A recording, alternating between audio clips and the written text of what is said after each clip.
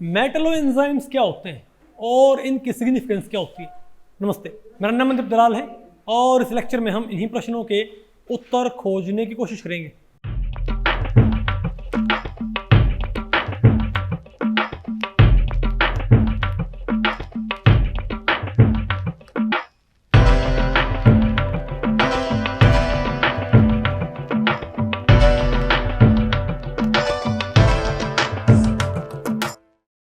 तो भाई आज हमें क्या पढ़ना है बताइए? Metlo enzymes. ठीक है, तो भाई इस टॉपिक को हमने टोटल 8 सेक्शंस में डिवाइड किया है। पहले हम क्या पढ़ेंगे? Definition of Metlo enzymes. फिर आपने क्या पढ़ना है?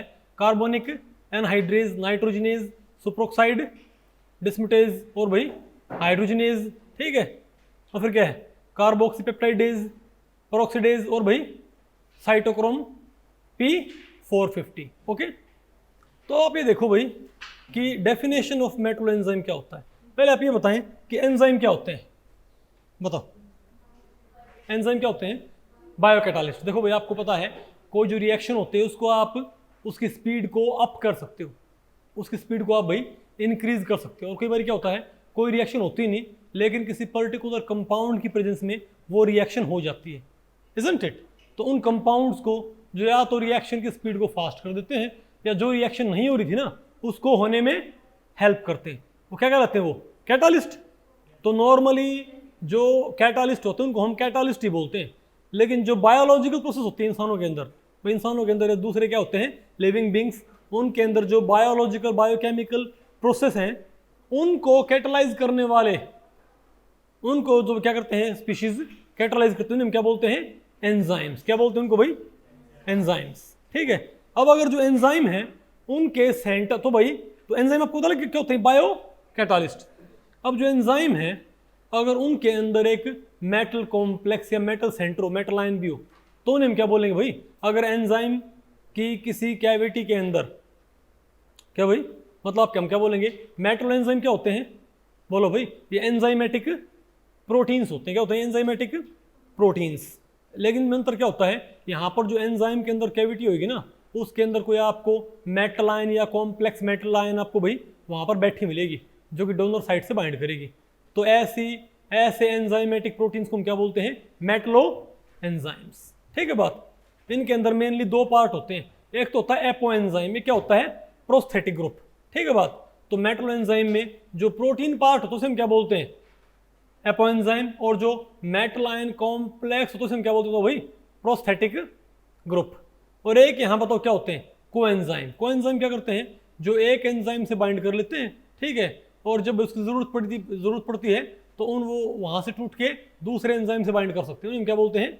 कोएंजाइम्स। बात आपको पहले पड़ गई। तो मैं आपको बताऊं जो ये बायोकैटालिस्ट हैं इनकी भाई इंपॉर्टेंस इतनी ज़्यादा क्योंकि लाइफ की जो प्रोसेस होती हैं उनको रेगुलेट करने में का बहुत ज़्यादा अहम योगदान है।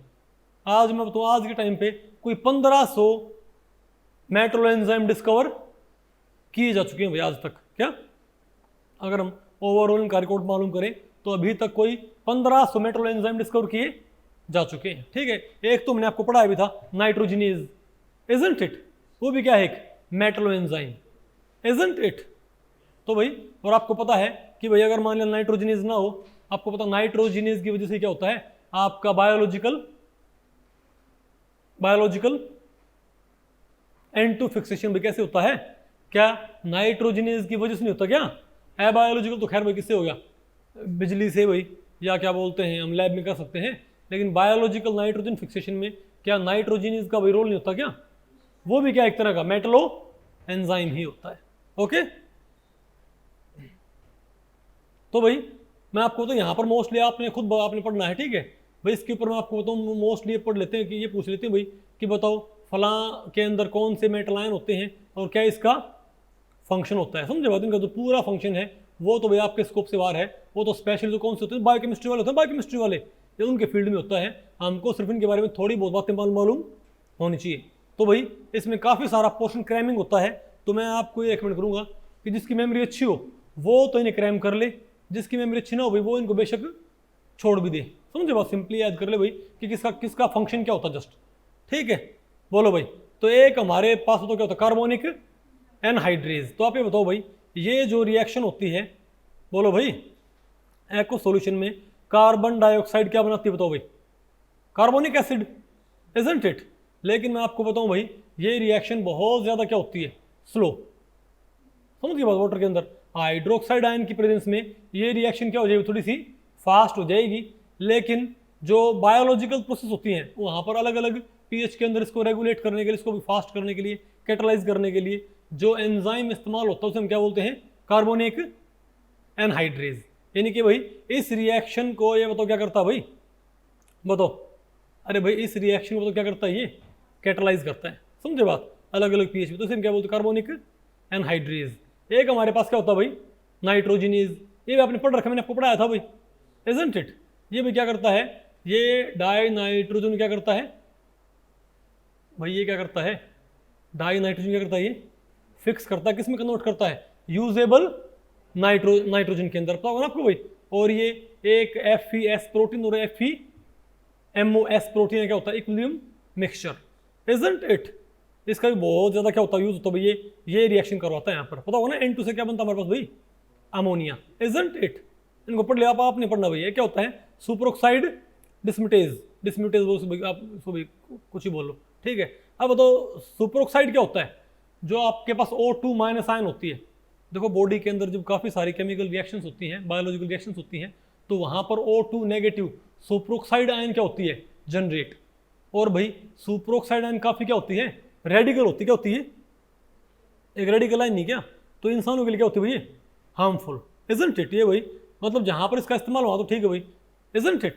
भाई सुपरऑक्साइड आयन का जहाँ पर इस्तेमाल वहाँ पर तो इसका इस्तेमाल है, लेकिन जहाँ पर इसका इस्तेमाल नहीं है वहाँ पर ये फ्री रेडिकल होने की वजह से जो हेल्दी सेल होती हैं उनको भी नुकसान पहुंचा सकती है। समझे बात, तो इसको खत्म करने में बताओ भाई, तो क्या काम होता है ये, क्योंकि बहुत जबरदस्त क्या होती है, ऑक्सीडाइजिंग एजेंट होती है भाई, ठीक है। तो इसको न्यूट्रलाइज करने में जो भाई एक तरह से एंजाइम काम करता है, क्या बोलते हैं, बोलो भाई, सुपरऑक्साइड डिस्म्यूटेज।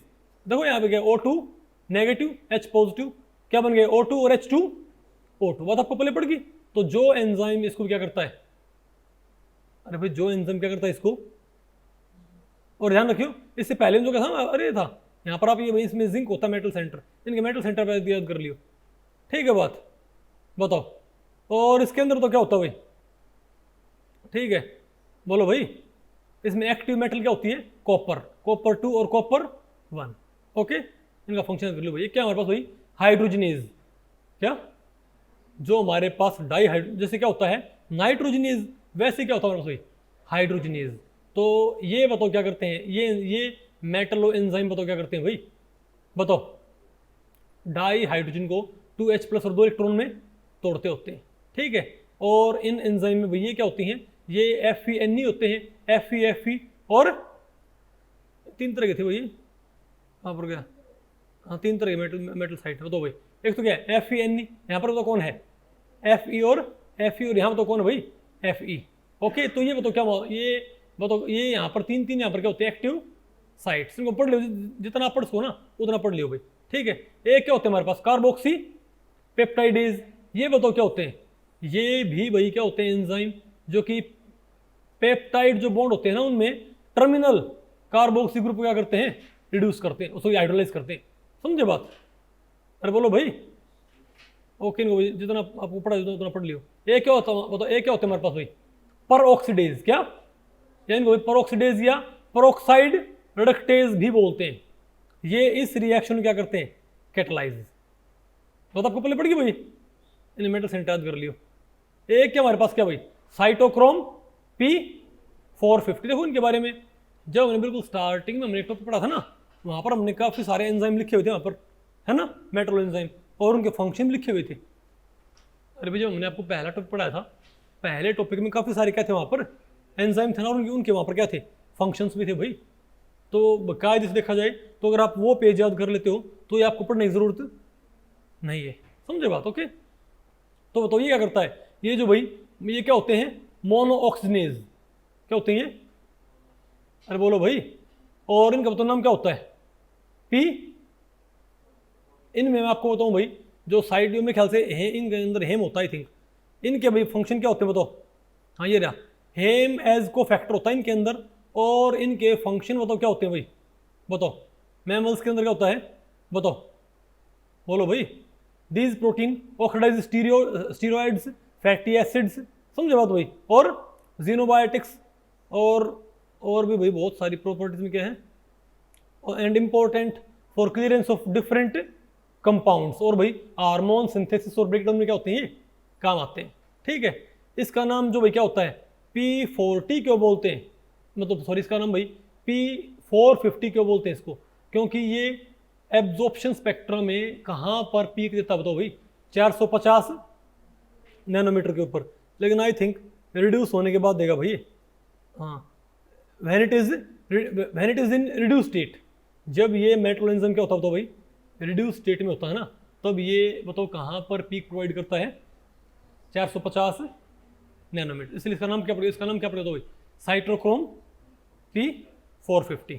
ओके, क्वेश्चन नहीं है आपको, बात नहीं, मतलब बात ये है, अगर मान लिया भैया आपने पहले वाला जो था ना एक पेज था जहाँ पर डिफरेंट इनके भाई फंक्शन लिखे हुए थे, एक टेबल ही हमने बनाई हुई थी, क्योंकि भाई इनमें मेटल तो इस्तेमाल होती है, तो हमने आपको जब क्या पढ़ाया था, अलग अलग मेटल्स के फंक्शंस, है ना, किसकी फॉर्म में थे, तो आप वो टेबल याद कर लेते हो, तो आपको ये पढ़ने की जरूरत नहीं हो, क्या मोर देन एनफ है भाई, लेकिन आपको मालूम होना चाहिए कि कौन से मेटल एंजाइम के अंदर कौन कौन से मेटल सेंटर उत्तर कौन कौन से उसके फंक्शन होते हैं, ज़्यादा याद करो, ये भी याद कर लो भाई कि कहाँ पाया जाता है। ठीक है, ये मोर देन एनफ आपके लिए।